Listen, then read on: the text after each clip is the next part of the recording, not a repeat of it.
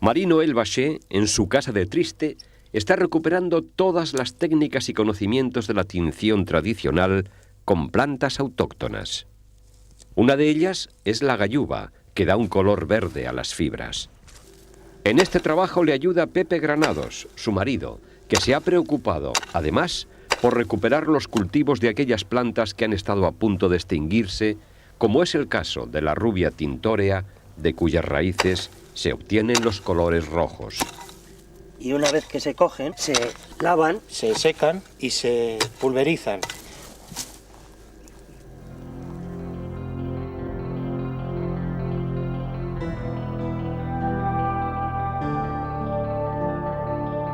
O la Isatis tintorea, de crecimiento lento y que es la única planta europea cuyas hojas se han utilizado para obtener los pigmentos azules.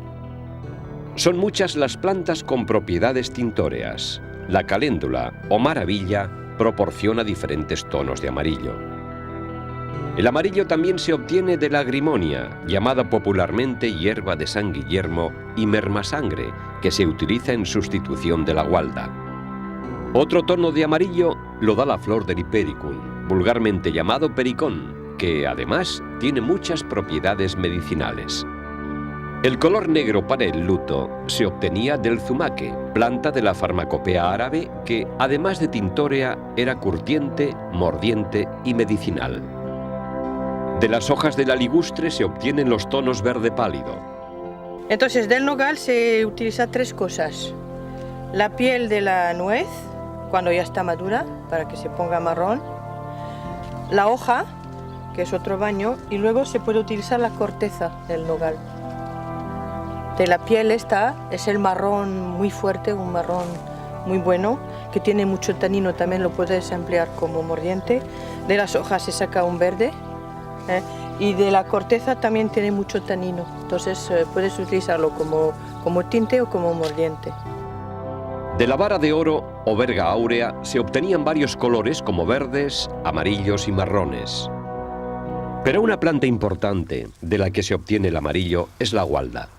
Se utiliza toda la planta a partir de la mitad del tallo.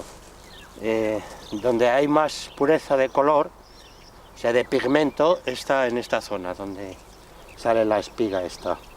Una ética del buen tintorero es dejar bastantes plantas en el campo para que no desaparezcan. No obstante, estas son algunas de las muchas plantas tintorias que se utilizaban en la zona norte de España.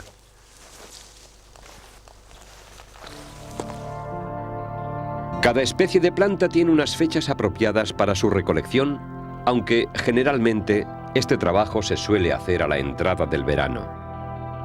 Desde su recogida hasta que se vayan a usar, las plantas se han dejado a secar durante varios días para que pierdan la humedad. En este proceso de secado, las plantas han conservado todos sus colorantes. Para poder aprovechar al máximo las propiedades tintóreas, es necesario trocear las plantas en pequeños fragmentos.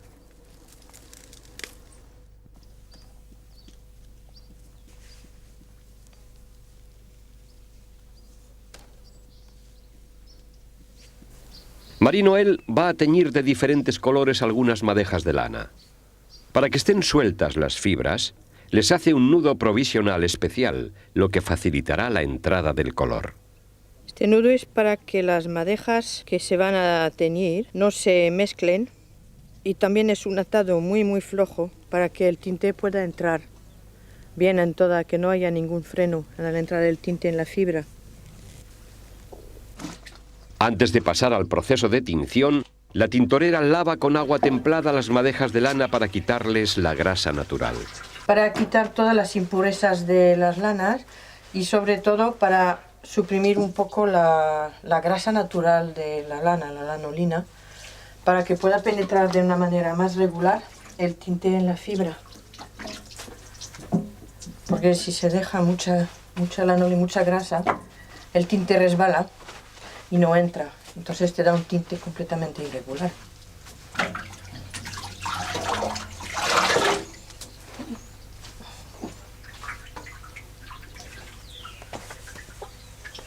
Ahora voy a preparar los mordientes. Se emplea diferentes tipos de mordientes o la lumbre con el cremor tártaro, que no influye en nada en el color de la planta. O también empleo el bicromato potásico, que lo oscurece un poco más, o el cloruro de estaño, que lo aviva muchísimo. El mordiente es el elemento necesario para fijar el color que va de la planta a la fibra. Los mordientes son unas sustancias, minerales unas veces y vegetales otras, que sirven para fijar el colorante vegetal a las fibras. Los mordientes se aplican en función de las plantas que se van a utilizar y proporcionalmente a los kilos de lana que se vayan a teñir. Este proceso se hace poco antes de la tinción, en un baño entre 85 y 90 grados.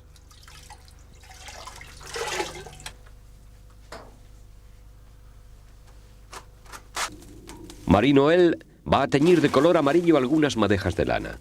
Al igual que ha hecho con los mordientes, pesa con precisión la cantidad de gualda que va a echar en el caldero, según el peso de la fibra a teñir y la cantidad de agua a utilizar. Para ello, introduce en un baño con agua caliente las madejas mezcladas con los trozos de planta. No tiene que subir a más de 90, que si no la lana sufre. Y cuando esté a 85, una cosa así, entonces empiezo a contar el tiempo de tinción, que es 1 hora. Sí, para que no quede nunca la misma parte de las madejas tocando el fondo de la cazuela, que coge un poco más de calor que el propio líquido. Entonces daría matices diferentes en el tinte y de vez en cuando hay que removerlo. Mientras la gualda va tiñendo de amarillo las madejas de lana, la tintorera prepara un baño con helechos del que sacará diversos tonos de verde según los mordientes que haya utilizado. El helecho es el que más requiere peso, cantidad.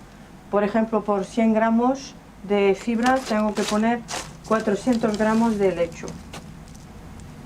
Y en cuanto a las otras es normalmente 200 por 100. Pero en el helecho es alrededor de 400.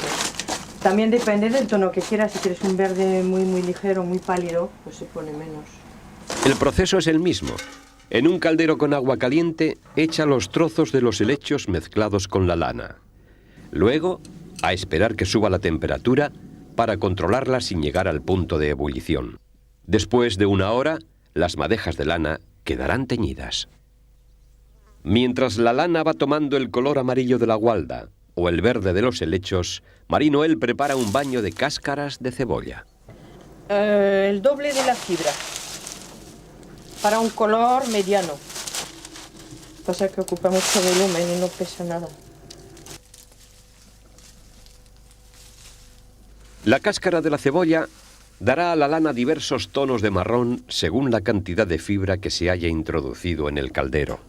Un color caldero, un color muy caliente, marrón. Entonces pones más madejas en el mismo baño, consigues colores más suaves, puedes llegar hasta el beige. Normalmente son marrón, tipo color caldero. Transcurrida 1 hora de cocción de las madejas con la gualda, Marie Noël la saca del baño. Los diferentes tonos de amarillo que se obtienen dependen del mordiente que se haya utilizado. Antes de dejarlas a secar, la tintorera pasa las madejas por un baño con agua templada y después las cuelga en una caña a la sombra para que pierdan humedad. El baño de helechos ha llegado a su final y la tintorera saca las madejas. Aquí salen diferentes tonos de verde e incluso algún amarillo, según el mordiente en que se haya bañado cada madeja de lana.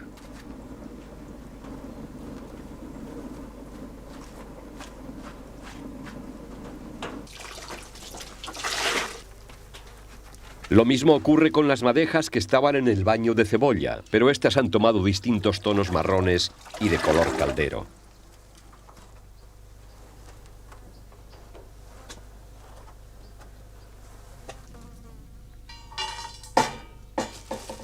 Este es un color rojo, pero ligeramente asalmonado.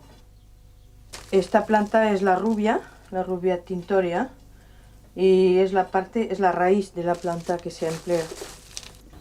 voy a echar las raíces de rubia en el mortero, le echaré agua para que estén unas 12 horas, una cosa así, en remojo. Y empezar a soltar su colorante, lo que facilita mucho la labor de teñir después.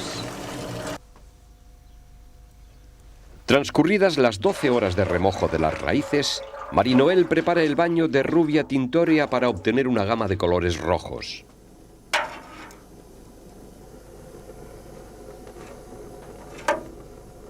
Ahora voy a preparar el baño del índigo. Es un baño especial porque este tinte es por fermentación, reducción y oxidación. Entonces esto es el producto que va a permitir reducir el baño para que el índigo, que no es soluble en agua, necesita este procedimiento para poder transmitirse a la fibra.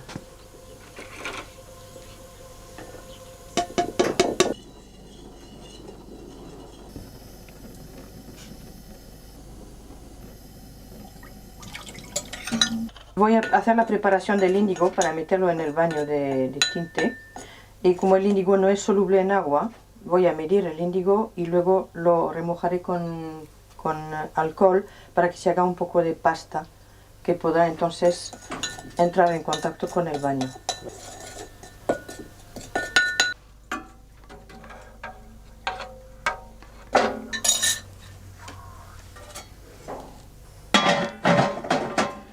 Ahora ya está el índigo en la solución, tiene que estar unos 50 minutos para que pueda reducirse en el baño, pero sobre todo no pasar de 45 a 50 grados, porque si no se rompe el enlace químico.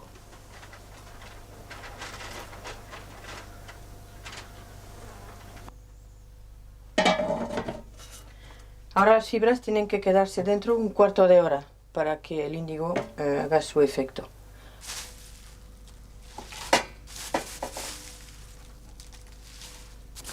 Esto es una planta que se llama zumaque y tiene las propiedades de ser mordiente y tinte a la vez. En realidad no tiene color propio como mordiente, pero en reacción con los sales de hierro dan un negro.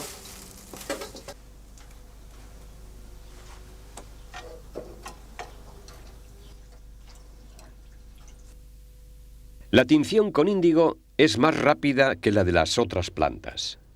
Las madejas ya se han impregnado de color y Marie-Noëlle, que ha mantenido la olla cerrada para que no se oxigenara la mezcla, saca una a una las madejas que tomarán su color definitivo al contacto con el aire. Porque es un fenómeno de oxidación, se oxigena. En el baño se ha reducido para que el índigo pueda penetrar en la fibra y fijarse. Y es mediante reducción, oxidación. Y entonces, cuando se quiere obtener un tono superior, por ejemplo, dentro de media hora, cuando estén ya bien oxigenadas, puedo volver a meterlas en el baño otro cuarto de hora, y así sucesivamente, mientras que el baño tiene todavía índigo, y puedo llegar casi a un azul marino. Ya ha transcurrido el tiempo que necesitaba la rubia tintorea para teñir las madejas de lana.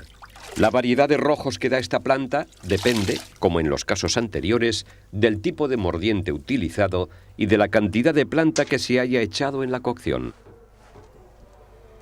El zumaque ha actuado sobre la lana y ha transmitido a las madejas ese color negro tan necesario en la indumentaria para guardar el luto en las familias.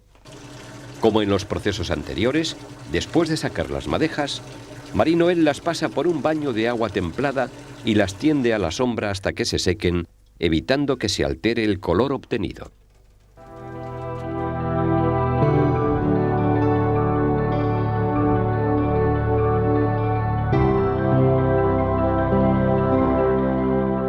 Tras muchos años de búsqueda e investigación, Marie-Noëlle y Pepe Granados han conseguido extraer los colores a las plantas, conservando todos esos matices que tenían las prendas antiguas, pero que el blanco y negro de las viejas fotografías no nos dejaba apreciar.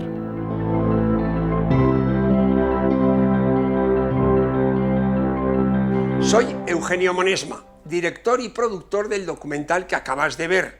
Si te ha gustado, te te animo a que te suscribas activando las notificaciones desde la campanita y así podrás disfrutar de los cientos de documentales que ya tengo en el canal y de los que semanalmente voy a ir subiendo.